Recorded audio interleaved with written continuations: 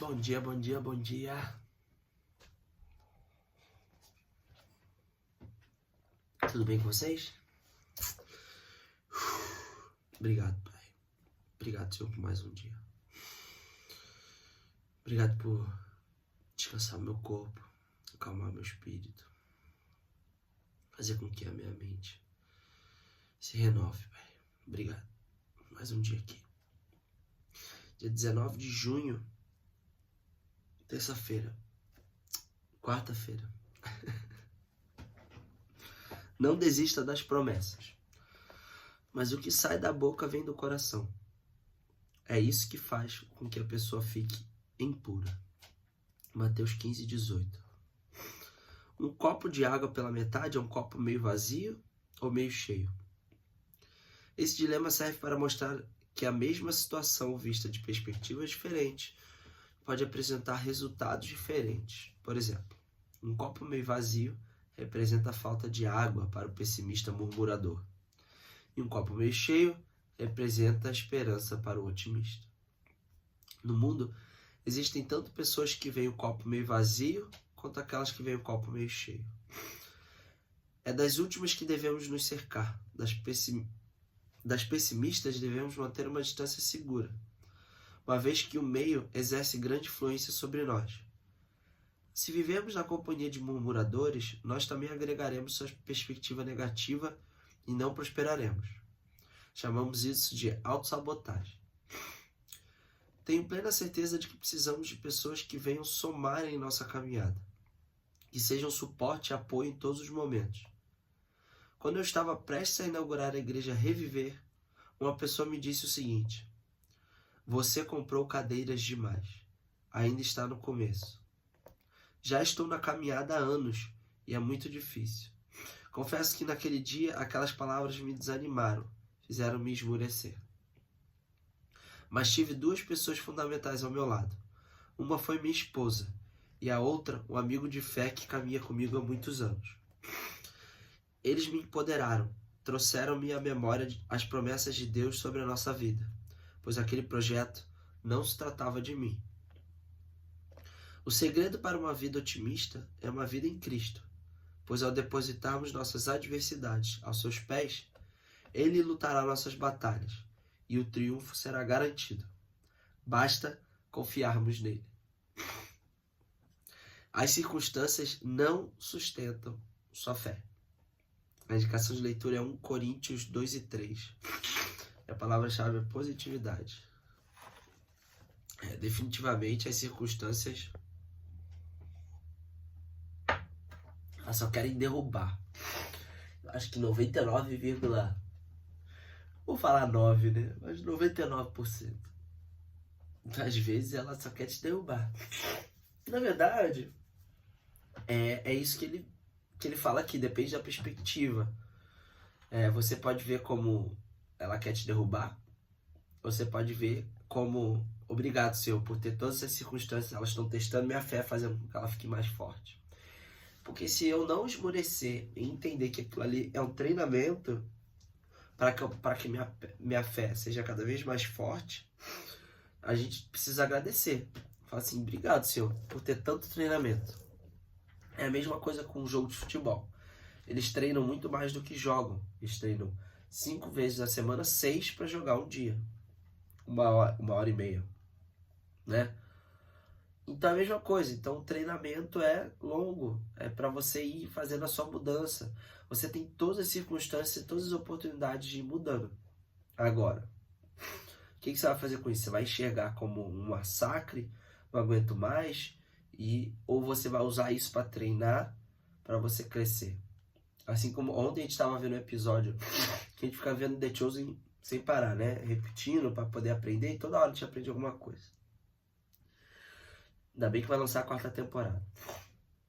E tá vendo aquela parte que Jesus anda sobre a água, e aí Pedro vai sair do barco, e ele tá passando por algumas coisas, Pedro, né? Enquanto ele tava fazendo o 2x2 lá, né? Que é quando ele tinha saído com mais um apóstolo, que no caso foi Judas, para poder pregar, anunciar as boas novas à frente, antes de Jesus. E ele ficou meses fora. mais ou menos uns 9 meses, mais ou menos, eu acredito, pelo que a gente entendeu ali. E aí Éden perdeu o filho, que é a esposa de Pedro. E aí ele ficou muito chateado com Jesus, porque ele perdeu o filho, e porque ainda não tinha entendido como que funciona. Né? Ah, você tá aí curando os outros e o seu povo mesmo, eu mesmo tô aqui dando a vida por você, você não me ajuda. E aí quando ele sai do barco, acontece tudo aquilo, aí Jesus fala: você acha que essas coisas eu não sei? Você acha que eu deixo essas coisas acontecerem para você ficar mais forte? Porque eu tenho grandes planos para você e para Éden. E se você não se fortificar nisso, se você não se tornar uma pessoa mais forte, você não vai conseguir executar esses planos. Então imagina, se você está passando por algo, é porque realmente tem algo muito grande para você. Se aquela pessoa que está ali, morna, a vida tá indo, beleza, e aí é que ele não tá querendo fazer com que aquela pessoa, né, cresça, né, para ela poder construir grandes obras, né? Não é qualquer um que chega ali e começa a construir um prédio. Não é um pedreiro que começou ali, aprendeu a fazer as coisas e já vai construir um prédio. Ele tem que ter muita experiência, pelo menos uma parte técnica.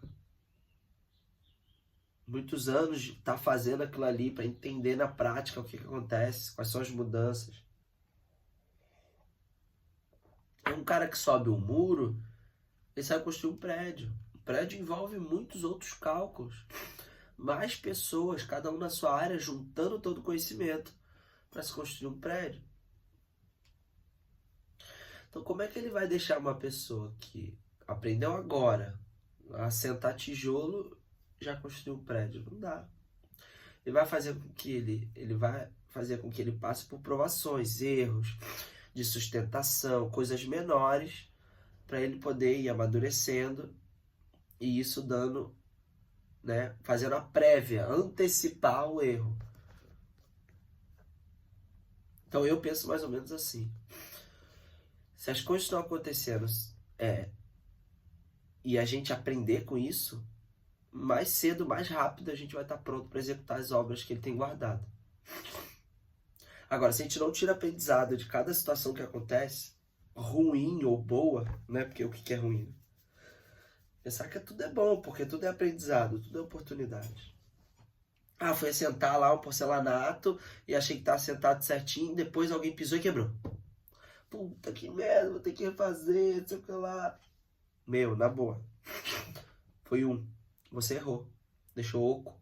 Alguém pisou, arrastou alguma coisa pesada por cima, quebrou. Você imagina se você ainda não soubesse disso, que da forma como você fez estava errada, e você fizesse um apartamento inteiro, uma casa inteira desse jeito. E depois a casa inteira começasse a quebrar. Ou sei lá, um galpão inteiro que te contrataram para fazer.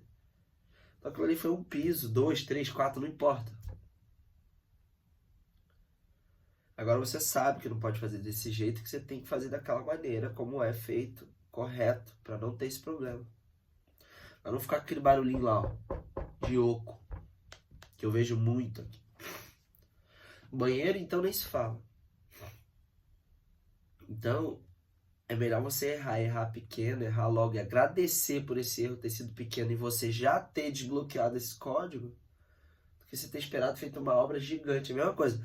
O pedreiro tá lá, começou a fazer agora, tem pouco tempo de experiência, alguém chama ele para construir um prédio e fala, vou construir, vamos embora. As pessoas estão morando, daqui a pouco o prédio cai. Meu, imagina a dor de cabeça, velho. É melhor que você erre pequeno, erre agora. Dê uma trinca ali, que você possa resolver, possa fazer a sustentação, trancar o pilar. Então isso que Pedro passou foi justamente para fazer com que ele fique mais forte. Que não é o fim do mundo. Isso não é o fim do mundo. Eu não imagino o que é a dor de perder um filho, graças a Deus. Mas não é o fim do mundo. Ele faz com que Pedro e Éden fiquem mais fortes. É o que ele fala, que as circunstâncias não sustentam sua fé. De forma alguma. nem quando é bom. Eu acreditei, pai, aconteceu. Porque não foi por causa das circunstâncias, foi por causa da sua fé. Então nem isso, nem na parte boa, a circunstância nos alimenta, nos faz estar forte. Então, não seja vítima das circunstâncias. E a questão da perspectiva, a gente também usa muito como o nosso mindset, né? A sua configuração mental, de como que você vai enxergar, de como que você vai olhar. Eu lembro um tempo atrás que eu tinha tentado voltar a trabalhar com o que eu trabalho, e eu tava com a configuração mental muito errada, sabe? Então qualquer coisinha que dava de pequeno problema, com pequeno erro, eu já fazia um escarcéu, achava aquilo gigante, meu Deus, uau. Hoje eu encaro como um aprendizado. Errou? O que aconteceu? Por que eu errei naquilo ali? Deixa eu tirar o aprendizado disso aqui e deixa eu resolver. Se não dá pra resolver desse jeito, como que vai ser o outro jeito pra resolver isso? Como que eu posso fazer melhor?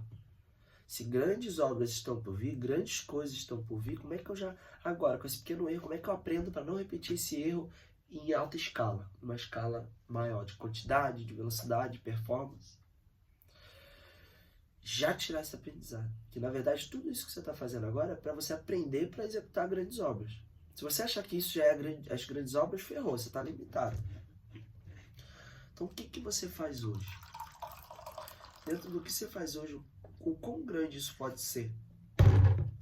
O quão gigante isso pode crescer? E quais são os erros que eu posso antecipar para não fazer quando estiver executando grandes obras? Então, manter a sua mente na visão correta do copo sempre meio cheio e não meio vazio, eu acredito que seja a melhor ideia. Que é o quê?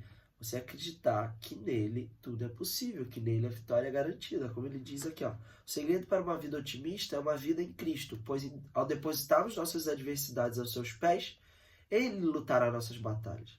E o triunfo será garantido. Basta confiarmos nele. Sim, precisamos executar o que está dentro da nossa alçada, o que é possível de ser feito aqui, e o resto a gente entrega. O resto a gente entrega. Não adianta. Não adianta querer fazer aquilo que você não consegue. Que não está dentro do seu escopo, da sua alçada. Não adianta.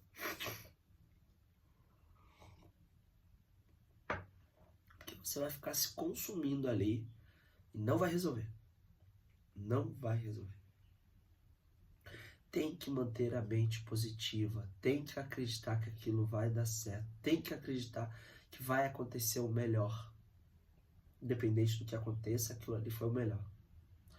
Tem que acreditar, tem que continuar fazendo. Tem que acreditar que Deus tem algo muito maior para você e que isso aqui é só aprendizado.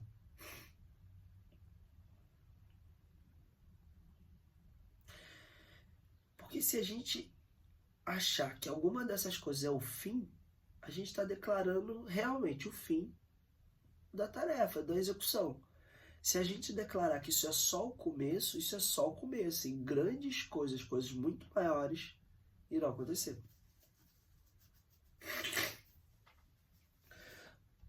Esse é só o começo. Veio de um cara que eu trabalhei lá em Floripa, de uma empresa chamada Level, né? Ele faz reformas de alto padrão, né? E eu curti muito ele, Thiago Albuquerque, o nome dele. O cara que começou lá de baixo, empreendedor desde sempre, muito novo. Ele falou que o primeiro empreendimento dele, ele devia ter uns 13 anos. Aí perto da casa dele, lá em Floripa, perto da casa dele tinha um terreno baldio, que ele sabia de quem era, que o avô conhecia. Olha só. O avô conhecia, sabia de quem era. E era perto do estádio. Lá no...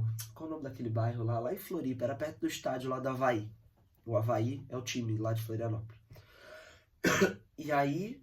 O antigo estádio, né? Quando eu morei lá já tinha um novo. E aí, quando tinha jogo, lotava, não tinha vaga. O que ele falou? Ele se ligou e falou assim, cara, eu preciso Eu não sei dirigir, né? Mas eu posso fazer um dinheiro.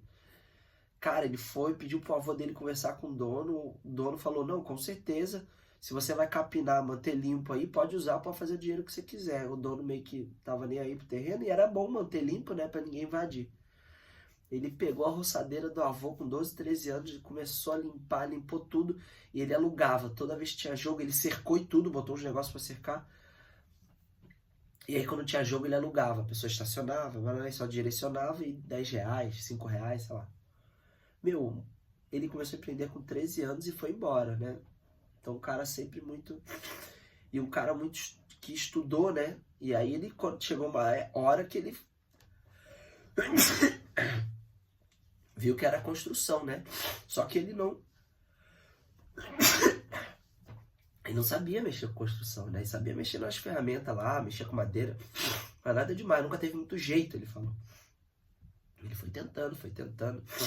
E aí, com a própria construção, ele conseguiu isso só terceirizando, porque ele não sabe fazer as coisas até hoje. Eu trabalhei com ele, eu peguei umas obras com ele. E ele mal sabe mexer nas ferramentas até hoje. Ele faz uma coisa ou outra. Ele é um cara muito pra frente, muito pensando em, pô, vou terceirizar, vou entregar um serviço de alto padrão, com alta qualidade. E, cara, o cara tá voando. O cara tem obra em Floripa, obra em São Paulo. E o mindset dele é muito legal desde a época que eu trabalhei. Então, ele falou, cara, é só o começo. E sabe por que eu falo que é só o começo? Sempre, desde muito novo, eu falo que é só o começo. Porque quando a gente acha que o negócio já tá caminhando, a gente se acomoda. E se é só o começo tem toda aquela força, aquela garra, aquela vontade, é novo, eu preciso dar o gás, porque pode parar de funcionar a qualquer momento, né? Porque tá só no começo, tá engateando, não pegou velocidade, então se eu parar, ela para. Então esse só o começo eu tô sempre inserindo na minha mente o tempo todo, virou um hábito. Tudo que eu faço é só o começo. Ele grava um vídeo e fala, isso é só o começo. Então esse começo faz com que ele dê mais o gás, faça mais, faça melhor, faça mais rápido. E eu falei, cara, olha o poder do mindset. Então isso é só o começo. Isso é só o começo. Você pode estar gigante. Isso é só o começo. Só o começo. Se ela entende que você está no começo, ela te faz botar mais força, botar mais pressão. Ver aquele... Você está cansado, ela fala, vamos dar mais só mais um pouquinho. E esse só mais um pouquinho é o que faz a diferença. O Oscar Schmidt lá do basquete. O cara era o primeiro a chegar na quadra e o último a ir embora. Isso desde que ele começou a treinar até o último dia dele de treino, até ele aposentar. Ele era o primeiro a sair o último. O Lewis Hamilton lá, que é o piloto de Fórmula 1, ele é o que mais treina. Não é à toa. O Guga, o Gustavo Kirten lá, era o primeiro a chegar, treinava 20 horas por dia. O Federer, o Rafael Nadal, o LeBron James lá do basquete, os caras, é só começo, mais um pouquinho. Que aí eu lembro que eu vi um podcast com o Oscar Schmidt, ele falava assim, eu chegava antes de todo mundo, treinava, aí eu treinava com todo mundo indo embora, eu treinava de novo. Por quê? Porque eu descobri que quando eu tô muito cansado, e aí eu não tenho mais saída, porque eu não tenho como compensar na força, aí que eu afio a minha técnica. Por quê? A gente sempre está compensando a falta de técnica com a força, né, física. Quando eu não tenho mais a força física, eu estou cansado, eu preciso afiar a técnica, porque eu não tenho saída. Quando eu tiver força física, eu vou escapar para isso. É comum, é normal. Então o que eu vou fazer? Quando eu estiver muito cansado, eu vou treinar. E aí era isso que acontecia. Aí ele afiava a técnica, porque ele não tinha pra onde escapar. Ou faz, ou faz. Ou acerta, ou acerta. Porque eu não tenho mais força para ficar lá buscando a bola. Ou acerta a cesta para a bola voltar. E aí esse era o... Então esses desbloqueios que a gente vai ter, né, de tanto fazer aquilo. E esse a mais. Esse a mais. E é o que ele fala aqui. Não desista das promessas. Faça. Quando você achar que chega no fim, faz mais um pouco. É aí o ponto de virada. É aí onde a gente descobre as coisas. É aí onde desbloqueia, onde tem a virada de chave. Se você tem um carro e você vira a chave até onde ela começa a ficar dura, o carro não liga. Mas se você vai mais um pouco, o carro liga. Se você só vai até onde ela começa a ficar dura, começou, não vou mais não. Porque é assim, né? Ela tá mole e ela começa a ter uma resistência. Que é uma mola que tem ali. Para justamente você ir, quando o carro ligar, ela voltar. Ela não ficar presa lá. E o motor de arranque ficar mesmo com o carro ligado. Então se você for só até onde fica difícil, seu carro nunca vai ligar. Sua moto nunca vai ligar. Então é ir além do que tá difícil para ver o que acontece depois. O que acontece com o seu carro? Ele liga. Aciona o motor de arranque e ele gira o seu motor principal. Então é sobre isso. Se achar que está no limite, vai mais um pouco. E aí você vai descobrir o grande pulo do gato da sua vida. Aí você vai ver onde estão as promessas. Aonde que ela vai, a partir de quando. Tá? Falo mais de configuração mental do que de outra coisa. Então, vai um pouquinho além. Ficou difícil? Vai mais um pouco. Você vê o que está acontecendo do outro lado. Subiu no muro? Subiu? Dá um pulinho pro outro lado lá para ver o que acontece. Não fica em cima não, porque em cima a gente tem uma perspectiva totalmente diferente. É a mesma coisa quando você tá vendo um jogo de futebol na televisão, você olha por cima, aí você tá olhando, a câmera tá lá em cima. Aí o cara não dá o passe para onde você achou que tinha que dar. Aí fala, porra, burro, como é que não viu? O cara tá ali. Vai lá no campo ver. De cima você consegue ver o posicionamento de todo mundo. Mas o cara que tá lá embaixo, às vezes tinha um juiz e mais um outro jogador na frente, ele não viu que o parceiro dele tava atrás, que ele podia fazer um lançamento. A nossa perspectiva é muito mais clara do que a do jogador que tá lá embaixo, por mais que ele seja treinado. Perspectiva, visão. Ficou difícil? Vai mais um pouquinho para você ver o que tá acontecendo. Não desista. Tá bom? Beijo para vocês e até amanhã.